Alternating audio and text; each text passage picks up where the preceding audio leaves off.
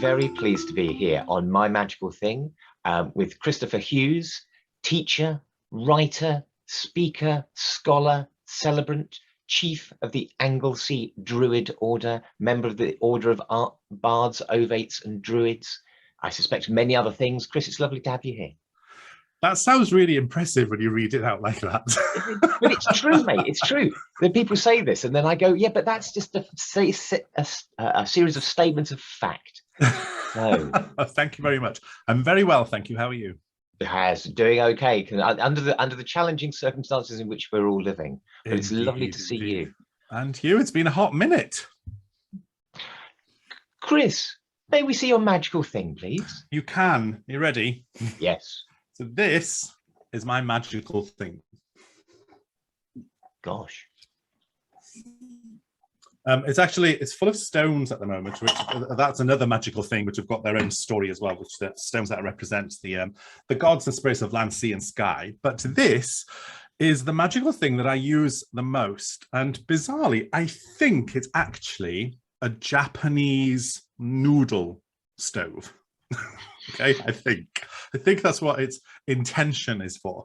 But it's a cauldron. It's a solid cast iron cauldron. It's got a little dish in there in which I put, you know, that thick, highly alcoholic gel that burns for, you know, a fair amount of time. And this is what I use for my monthly full moon rituals that we do with the Anglesey Druid Order. But I also do tisanes and tinctures and teas, and I use this all the time. And when you first asked me to do this, and I thought my magical thing, my immediate go-to was my wand, you know, a druid's wand and all of that. But then I thought, actually, no, this is what I use all the time whenever I make anything from, you know, whether it be an ointment or a tincture or whatever, or just an ordinary tea that I might drink, something from the garden. This is what I use. So I use it in ritual. I use it just in daily practice, and it's just constantly being used, and it's quite little. It's not very big, and I have washed it, haven't I? Yes, I have washed it.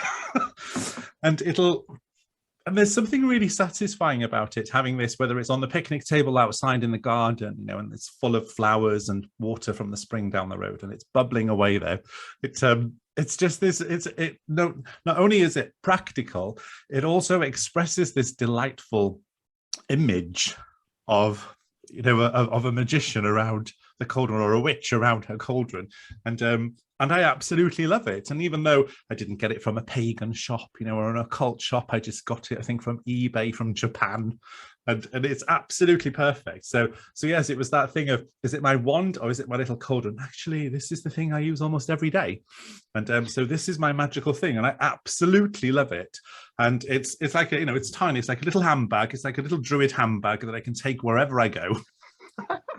And all I need is my little pot of alcohol gel, and I can heat it up.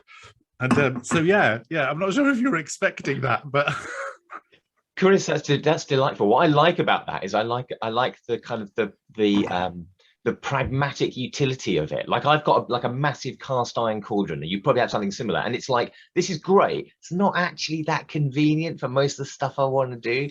So like, that's a really, really nice example of like how the magical thing is the activity that we use the thing for, and the attention that we give to it, and so on. Tell us about the stones. Do they generally live in the magical thing? So see, it's multi-purpose. No, so these stones, they're just stones from the beach here, and they've got the names of the Welsh gods for land and sea and sky. And I use these in all of my personal daily devotionals and other rituals as well. So, you know, so whenever I'm out, if I'm going out, they just get thrown in there, and whatever else, my herbs or, you know, my potions are usually in a little bag somewhere. So it's all very self-contained. So I've got everything, you know, it's my portable ritual in a cauldron.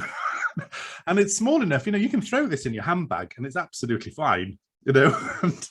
So nobody knows. I can wander around Tesco's with this in my handbag, and nobody knows that I'm just ready to go down the beach to do ritual.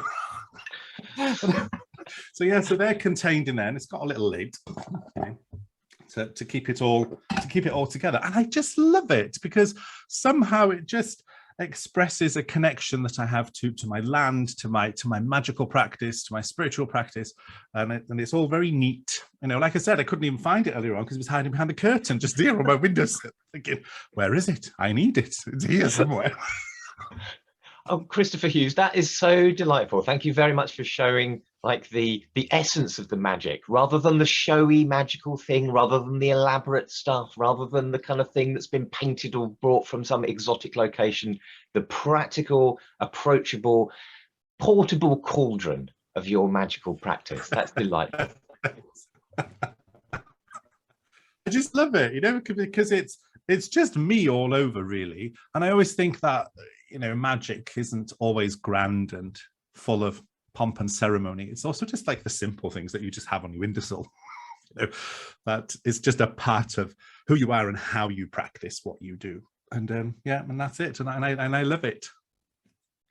My friend, that's fantastic. Thank you very much for sharing that with us. You're more than welcome. I'll see you soon. All right, take care. Bye. Bye.